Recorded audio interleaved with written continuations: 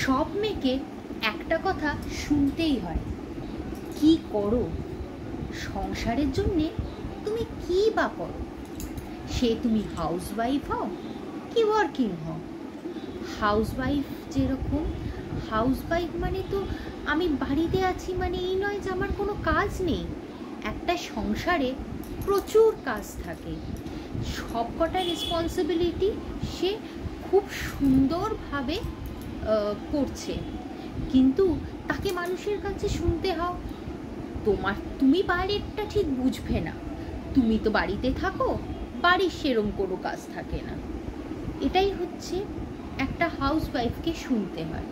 আর সেরকমই যদি তুমি বাইরে কাজ করো, তুমি যদি ওয়ার্কিং লেডি হও, আবার তোমাকেও শুনতে হবে যে তুমি সংসারের জন্যে কি করো।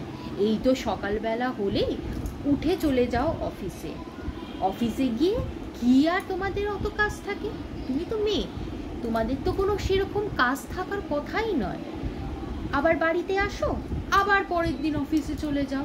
আরে বাবা না, একটা ওয়ার্কিং গার্লেরও অফিসে গিয়ে তাকে মুখ দেখে স্যালারি দেয় না, তাকে যথেষ্ট খাটায়, সব কিছু কাজ তার যা রেসপন্সিবিলিটি সেখানে তাকে করতে হয়।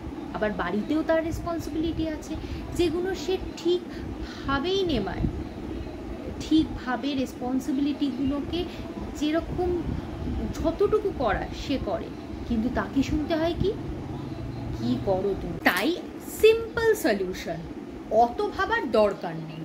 তুমি করলেও বলবে কি করো তুমি, তোমার কি কাজ, আর না করলে তো বলবেই। সো জাস্ট চিল।